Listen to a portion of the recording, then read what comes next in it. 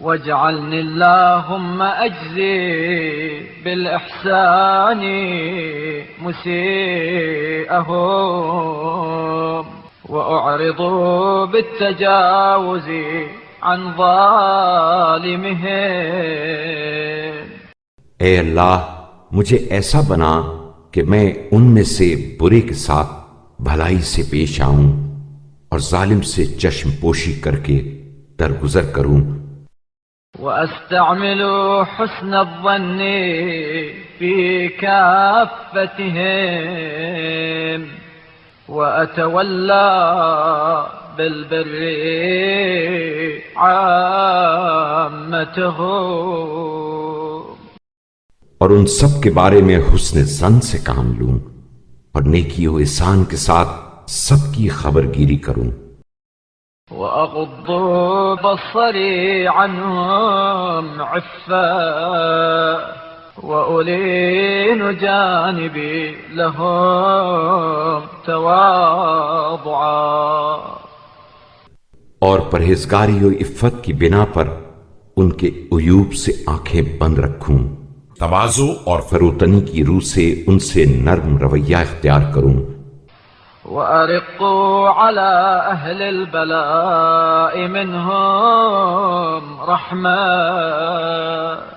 وأسر لهم بالغيب مودة، اور شفقت کی بنا پر مصیبت زدہ کی دل جوئی کروں، ان کی غیبت میں بھی ان کی محبت کو دل میں لیے رہوں۔ وأحب بقاء النعمة عندهم نصحا وأوجب لهم ما أوجب لحامتي، اور خلوص کی بنا پر ان کے پاس سدا نعمتوں کا رہنا پسند کروں، اور جو چیزیں اپنے خاص قریبیوں کے لیے ضروری سمجھوں ان کے لیے بھی ضروری سمجھوں۔ وأرعى لهم ما أرعى لخاصتي، اور جو مراعات اپنے مخصوصین سے کروں وہی مراعات ان سے بھی کروں۔ اللهم صل على محمد وآله وارزقني مثل ذلك منهم۔ اے اللہ محمد صلی اللہ علیہ وآلہ وسلم اور ان کی آل پر رحمت نازل فرما، اور مجھے بھی ان سے ویسے ہی سلوک کا روادار قرار دے۔ واجعل لي أوفى الحظوظ فيما عندهم وزدهم بصيرة في حقي،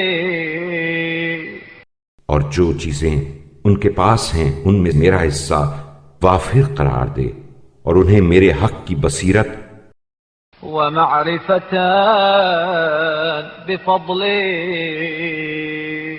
حتى يسعدوا بي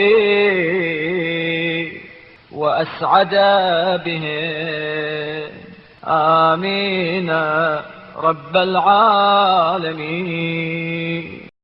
اور میرے فضل و برتری کی معرفت میں افزائش و ترقی دے تاکہ وہ میری وجہ سے سعادت مند اور میں ان کی وجہ سے مصاب و ماجور قرار پاؤں، آمین۔